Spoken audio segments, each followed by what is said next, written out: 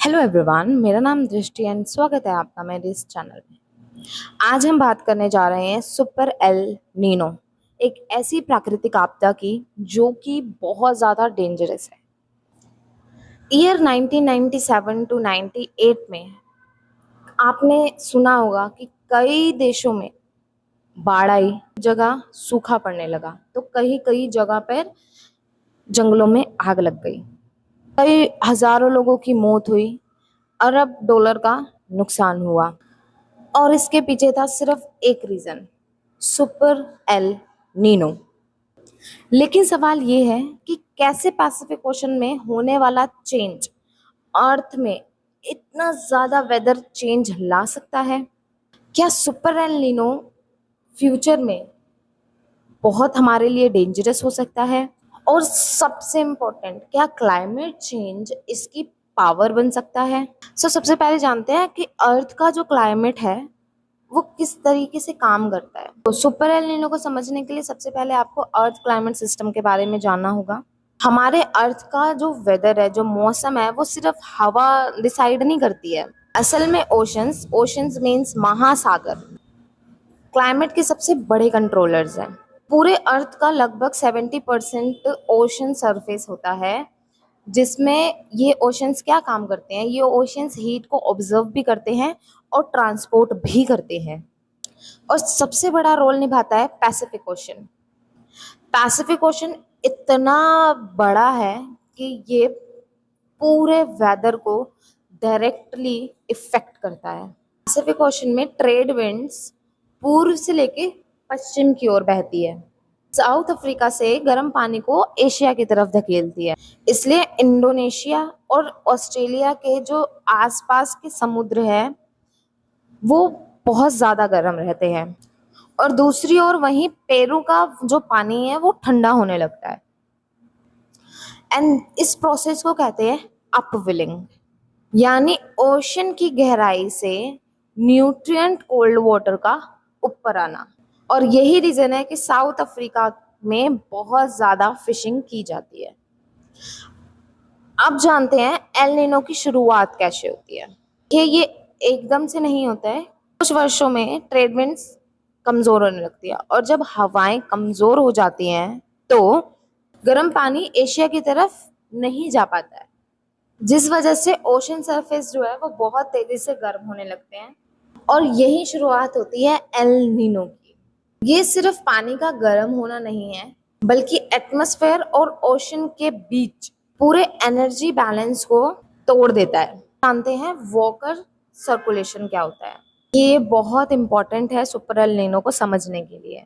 Walker circulation ये Pacific ocean के ऊपर बनने वाला एक जियान सर्कुलेशन सिस्टम है। बेसिकली क्या होता है ना, एशिया के ऊपर गर्म हवा ऊपर उठती है, एशिया में गर्म हवा ऊपर उठती है और नॉर्मली ट्रेवल करके साउथ अफ्रीका की तरफ जाती है और वहां से नीचे उतरती है। लेकिन एल नीनो के दौरान क्या होता है, पैसिफिक का ईस्टर्न पार्ट भी गर्म हो जाता है, जिसकी वजह से ये पूरा सर्कुलर सिस्टम जो है ना वो डिस्टर्ब हो जाता है। यानी कि जो रेनफॉल पैटर्न है वो शिफ्ट होने लगता है। इसका मतलब कहीं फ्लूड मतलब बाढ़ आना, कहीं ड्रॉट मतलब सूखा पड़ना, और कहीं सेवर हीट वेव्स यानी कि बहुत ज्यादा गर्म हवाएं चलना। तो सुपर एल नीनो आखिर इतना खतरनाक क्यों है, अब हम ये जानते हैं। देखिए, हर एल नीनो इतना डेंजरस नहीं होता है, बट जब पैसिफिक ओशन का जो वाटर टेम्परेचर है वो +2 डिग्री सेल्सियस हो जाता है, तो उस स्थिति को कहते हैं सुपर एल नीनो। सुनने में आपको लगेगा 2 डिग्री तो बहुत कम है, ये तो मतलब नॉर्मल ही है, इतना क्या, इतना कुछ गर्म कम तो हुआ नहीं है, इतनी क्या गर्मी हुई है, इसमें तो बर्फ वैसे भी जमती है। ऐसा नहीं है। क्लाइमेट साइंस में ये बहुत बड़ा चेंज है, क्योंकि ओशंस जो है वो मैसिव अमाउंट ऑफ हीट को स्टोर करते हैं। इसलिए थोड़ा सा टेम्परेचर राइज भी एटमॉस्फेयर में एनॉर्मस एनर्जी डाल देता है। 1997 टू 1998 के सुपर एल नीनो को सबसे ज्यादा डेंजरस एल नीनो माना गया है। ऐसा क्यों है? क्योंकि ड्यूरिंग दिस पीरियड पेरू और कैलिफोर्निया में मैसिव फ्लूड्स आए थे, मतलब बहुत ज्यादा बाढ़ आई थी। इंडोनेशिया में जंगल में भयंकर आग लगी थी। इंडिया में मॉनसून बहुत ज्यादा इफेक्ट हुआ था। अफ्रीका में ड्रॉट यानी सूखा पड़ना शुरू हो गया था। सो अकॉर्डिंग टू साइंटिस्ट, ये पूरे वर्ल्ड का और हिस्ट्री का सबसे पहला सुपर एल्नीनो था जो सबसे ज्यादा डेंजरस था। आप समझते हैं कि भारत की इकोनॉमी पे इसका असर इतना क्यों पड़ता है। देखिए, इंडिया की इकोनॉमी एग्रीकल्चर पर हैविली डिपेंड करती है। एग्रीकल्चर मतलब कृषि, कृषि पर बहुत ज्यादा डिपेंड करती है। और कृषि, एग्रीकल्चर किस पे डिपेंड करता है? मॉनसून पर, इंडियन मॉनसून पर डिपेंड करता है। अगर मॉनसून में चेंजेस आएंगे तो खेती में बदलाव होगा, खेती खराब होगी, फसल खराब हो सकती है। एग्रीकल्चर पे बहुत ज्यादा हमारे इफेक्ट पड़ता है, जिसकी वजह से सुपर एल नीनो का सीधा डायरेक्ट असर हमारी इकोनॉमी पे पड़ता है। इकोनॉमी पे असर किस तरीके से पड़ेगा? अगर खेत सूखे हो जाएंगे तो हमें खाना बाहर से इंपोर्ट करना पड़ेगा, चीजें बाहर से मंगानी पड़ेगी, चीजें बाहर से मंगाएंगे तो ऑफकोर्स सीधी सीधी बात है कि महंगाई होगी, इन्फ्लेमेशन बढ़ेगा। महंगाई बढ़ेगी तो हर एक सिंगल चीज पर पैसा बढ़ेगा, जिसकी वजह से जो हमारी इकोनॉमी है, जो हमारा रुपया है, वो डाउन चला जाएगा। और जैसे ही रुपया डाउन जाएगा हमारी इकोनॉमी पे डायरेक्ट डायरेक्ट असर पड़ेगा। क्यों? क्योंकि जो हमारा इंडिया है वो एग्रीकल्चर पे बहुत ज़्यादा डिपेंड करता है। और मॉनसून हमारा एग्रीकल्चर जो है वो मॉनसून पे डिपेंड करता है। तो अगर मॉनसून में थोड़ा सा भी चेंज आता है तो ऑफ कोर्स फसलें खराब होती हैं, और फसलें खराब होती हैं तो हमारी महंगाई बढ़ती है, इन्फ्लेमेशन बढ़ता है। इन्फ्लेमेशन बढ़ता है तो ऑब्वियस सी बात है हमारा डायरेक्ट जो असर है वो हमारी इकोनॉमी पे पड़ता है। तो इसलिए सुपर एल नीनो का डायरेक्ट जो इफेक्ट है वो हमारी इंडियन इकोनॉमी पे पड़ता है। और सबसे ज्यादा असर आप सुपर एल नीनो का कहाँ पे देखोगे? मुंबई, राजस्थान, कर्नाटका, तेलंगाना जैसे बड़े बड़े राज्यों में। तो अब देखो, एग्रीकल्चर और फूड क्राइसिस कैसे हो सकते हैं। ऐसी बात नहीं है कि हम अपना खाना बाहर से इंपोर्ट नहीं करते, सामान बाहर से मंगाते नहीं है, ऐसा नहीं है। बट इंडिया में जो बेसिक नीड्स हैं, जैसे वो गेहूं, चावल, दालें, ये सारी चीजें हैं जो हम अपने इंडिया में ही उगाते हैं और हम खाते हैं, जिसकी वजह से हमें ये सारी चीजें हैं जो थोड़ी सस्ती पड़ती हैं।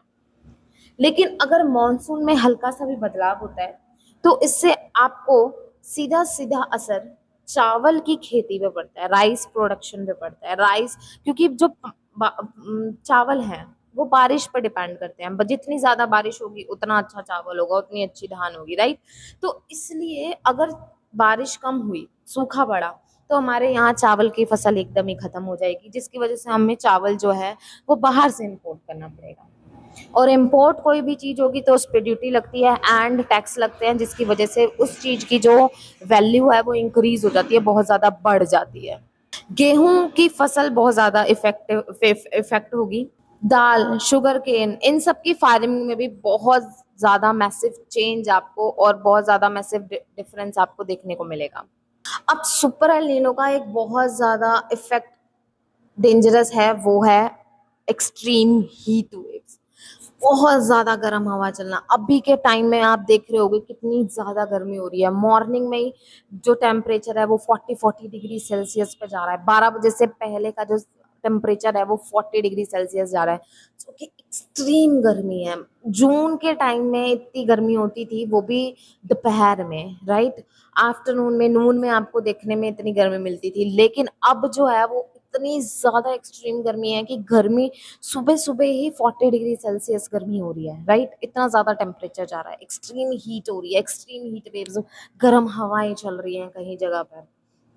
तो एक्सट्रीम हीट वेव्स क्यों होती हैं? जब में ज्यादा हीट रिलीज हो, ऑफ कोर्स धूप डायरेक्ट बहुत ज्यादा पड़ रही हो धरती पर, ग्लोबल टेम्परेचर रिकॉर्ड लेवल तक पहुंच जाता है। अकॉर्डिंग टू साइंटिस्ट, 2023 और 2024 की जो हीट वेव्स थी वो सुपर एल नीनो की शुरुआत थी।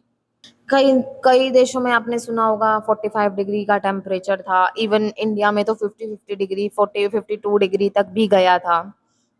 जंगलों की आग, वाइल्ड फायर सुनी होगी, ड्रॉट सुना होगा, कहीं सूखा पड़ गया तो कहीं ज्यादा बारिश आई। ठीक है, तो ये क्या है? Starting stage of El Nino है। अब सबसे बड़ा क्वेश्चन ये आता है कि क्लाइमेट चेंज इस चीज को बहुत ज्यादा पावरफुल बना रहा है या नहीं बना रहा है।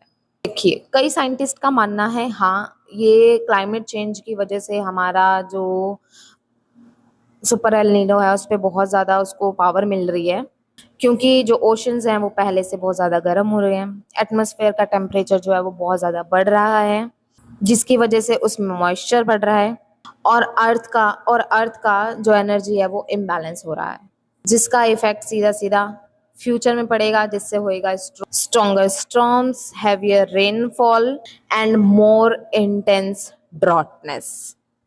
सो here is the another question, क्या सुपर एल नीनो को प्रिडिक्ट किया जा सकता है? And the answer is completely तो नहीं, एकदम की एकदम प्रिडिक्ट कर लो कि हाँ सुपर एल नीनो इस ईयर में आएगा, ऐसा कंप्लीटली तो नहीं है। लेकिन साइंटिस्ट सैटेलाइट के थ्रू, ओशन बॉस के थ्रू एंड क्लाइमेट मॉडल को मॉनिटर करके सुपर एल नीनो के बारे में थोड़ी बहुत जानकारी एकत्रित कर सकते हैं। सुपर एल नीनो सिर्फ एक ओशन इवेंट नहीं है, ये पृथ्वी के क्लाइमेट सिस्टम को डायरेक्टली डिस्टर्ब कर देता है, जिसकी वजह से आपको देखने को मिलेगा कई जगह पे फूड क्राइसिस, तो कहीं पे बहुत ज़्यादा बाढ़ आ गई, कहीं पे सूखा पड़ गया, तो कहीं पे बहुत ज़्यादा तेज बारिश आ रही है। और सबसे ज़्यादा डरावनी बात यह है कि climate change super El Nino को फ्यूचर में और भी ज़्यादा पावरफुल बना देगा। इसलिए आई थिंक क्लाइमेट साइंस को समझना सिर्फ साइंटिस्ट का काम नहीं है, ये हम लोगों की भी जिम्मेदारी है। So that's it for today's super El Nino. I hope आपको बहुत सारी चीज़ें इस वीडियो से सीखने को मिली होगी, कुछ जानकारी मिली होगी, समझे होगे आप, और इंग्लिश के कई ऐसे वर्ड्स सीखे होंगे जो आपने पहले अब मैंने नहीं सिखाए हैं क्लास में, या फिर आप वो वर्ड्स जो डेली लाइफ में यूज़ करते हो लेकिन इंग्लिश में बोल नहीं पाते हो, तो बहुत सारे ऐसे वर्ड्स सीखे होंगे। सो आई थिंक ये वीडियो आपको सुपर इंफॉर्मेटिव लगी हो। अगर लगी हो तो वीडियो को लाइक, शेयर एंड सब्सक्राइब करो चैनल को। Till then bye, take care.